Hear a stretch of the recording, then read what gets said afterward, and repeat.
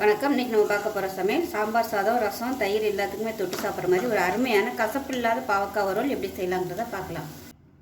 இப்போ ஒரு பவுலில் பார்த்திங்கன்னா ஒரு 1/2 கிலோ அளவு இருக்கும். இந்த சைஸுக்கு பாவக்காய் வந்து கட் பண்ணியிருக்கு. இதுக்கு மேலே சின்னதாக கட் பண்ணுறதாலும் கட் பண்ணிக்கோங்க, இல்லை ரவுண்டாக கட் பண்ணுறதாலும் கட் பண்ணிக்கோங்க. இதில் கொஞ்சமாக இப்போ தண்ணி ஊற்றிக்கலாம்.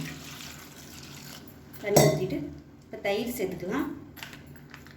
ஒரு 3 டேபிள் ஸ்பூன் அளவுக்கு தயிர் சேர்த்துக்கலாம். இப்போ உப்பு சேர்த்துக்கலாம். நல்லா ஒரு டேபிள் ஸ்பூன் அளவுக்கு உப்பு சேர்த்துக்கலாம். சேர்த்துட்டு கலந்து விட்டுடலாம். கலந்து விட்டுட்டு நல்லா ஒரு மணி நேரம் இல்லை ஒரு அரை மணி நேரம் ஊறட்டும். நல்லா ஊறிச்சுன்னா அந்த பாவக்காயிலேருந்து அந்த கசப்பு ஃபுல்லாக அந்த தயிர் உப்பு வந்து நல்லா இழுத்துட்டு எல்லாமே அந்த தண்ணியில் வந்துடும். அதுக்கப்புறம் நல்லா பிழிஞ்சு விட்டுட்டு நம்ம எப்பயும் போல் வதக்கணும்னா கசப்பு வந்து பாதி இருக்காது.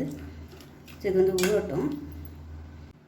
இப்போ ஊற வச்சுருந்தா பாவக்காய் பார்த்திங்கன்னா நல்லா ஒரு 20 நிமிஷம் ஊறிடுச்சு. நல்லா 2-3 தண்ணி போட்டு அலசிட்டு புளிஞ்சு எடுத்து வச்சுருக்கிறேன்.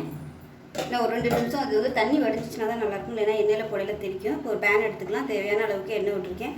வறுவலுங்கிறதுனால எண்ணெய் கொஞ்சம் கூட இருந்தால் நல்லாயிருக்கும். இப்போ எண்ணெய் சூடாகிடுச்சு. ஒரு டீஸ்பூன் கடுகு சேர்த்துக்கலாம். அதேமாதிரி ஒரு டீஸ்பூன் உளுந்து சேர்த்துக்கலாம். ஒரு டீஸ்பூன் சீரகம் சேர்த்துக்கலாம். கருவேப்பிலை சேர்த்துக்கலாம். கொஞ்சமாக பெருங்காயம் சேர்த்துக்கலாம், நல்லாயிருக்கும். இதோட பொடியாக கட் பண்ண வெங்காயம் சேர்த்துக்கலாம். சின்ன வெங்காயம் பெரிய வெங்காயம் எதுனாலும் சேர்த்துக்கலாம்.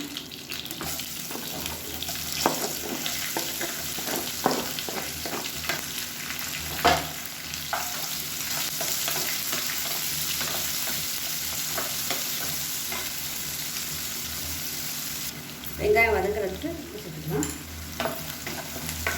வெங்காயம் லேசாக வதங்கிட்டு இருக்கும்போது பார்த்தீங்கன்னா ஒரு 5 பல் பூண்டு தட்டி வச்சுருக்கேன், அதையும் சேர்த்துக்கலாம். இப்போ வெங்காயம் பூண்டு ஓரளவுக்கு வதங்கிடுச்சு. இந்த ஸ்டேஜில் பாவக்காய் சேர்த்துக்கலாம். வெங்காயம் பூண்டு வந்து ரொம்ப வதங்கிடுச்சுன்னா பாவக்காய் நம்ம சேர்த்து வறுபடையில் ரொம்ப கருகி போயிடும். அதனால் அரை வேக்காடை வறுபட்டதுமே நம்ம பாவக்காய் சேர்த்துக்கலாம். ஒரு கலர் மாதிரி வர அளவுக்கு வதக்கி வச்சுக்கலாம். இப்போ பாருங்கள், பாவக்காய் வந்து நல்லா அப்படி அந்த எண்ணெயில் சுருள வதக்கியாச்சு. நல்லா ஓரளவுக்கு வதங்கிடுச்சு. நல்லா வதங்கணும். மூடி வச்சிடலாம் குறைவான தீயில். கொஞ்சம் வேகட்டும். அதுக்கப்புறமா பொரியெல்லாம் சேர்த்துக்கலாம். இப்போ எப்படி இருக்குன்னு பார்க்கலாம். பாருங்கள், பாவக்காய் ஓரளவுக்கு நல்லா சுருண்டு வந்துடுச்சு. இந்த ஸ்டேஜில் நம்ம பொடியெல்லாம் சேர்த்துக்கலாம்.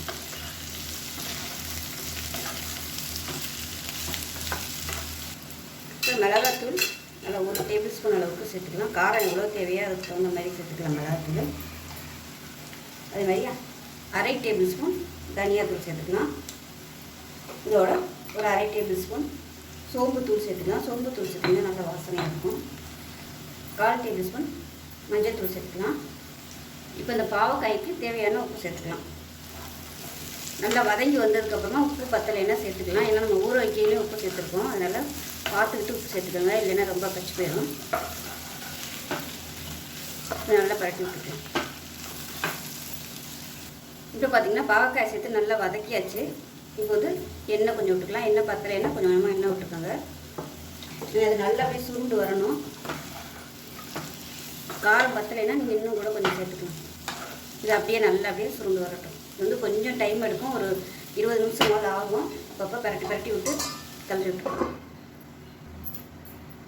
இப்போ இது வதங்கிட்டு இருக்குது. நல்லா ஓரளவுக்கு வதங்கிடுச்சு. இந்த ஸ்டேஜில் 1/2 டேபிள் ஸ்பூன் சிக்கன் மசாலா இல்லை மீன் மசாலா எந்த வறுவல் மசாலா இருந்தாலும் சேர்த்துக்கோங்க. நல்லாயிருக்கும், ஃப்ளேவர் நல்லாயிருக்கும். இது வந்து விருப்பப்பட்டால் நீங்கள் சேர்த்துக்கோங்க.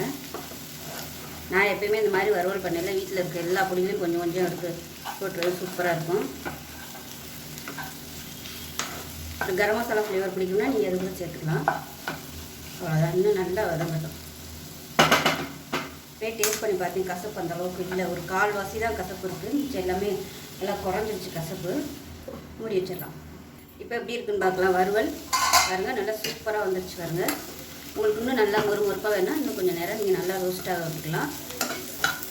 மொறுமொறுப்புக்கு அரிசி மாவு இல்லை கார்ன்ஃப்ளவர் மாவு சேர்த்திங்கன்னா உங்களுக்கு இன்னும் நல்லா மொறுமொறுப்பாக இருக்கும். நான் கொஞ்சமாக கார்ன்ஃப்ளவர் மாவு சேர்த்துருக்கேன், அது கொஞ்சம் வீடியோ இருக்குல்ல, நல்லா மொறுமொறுப்பாக கிடைக்கும். அமர்த்திடலாம். அவ்வளோதான்.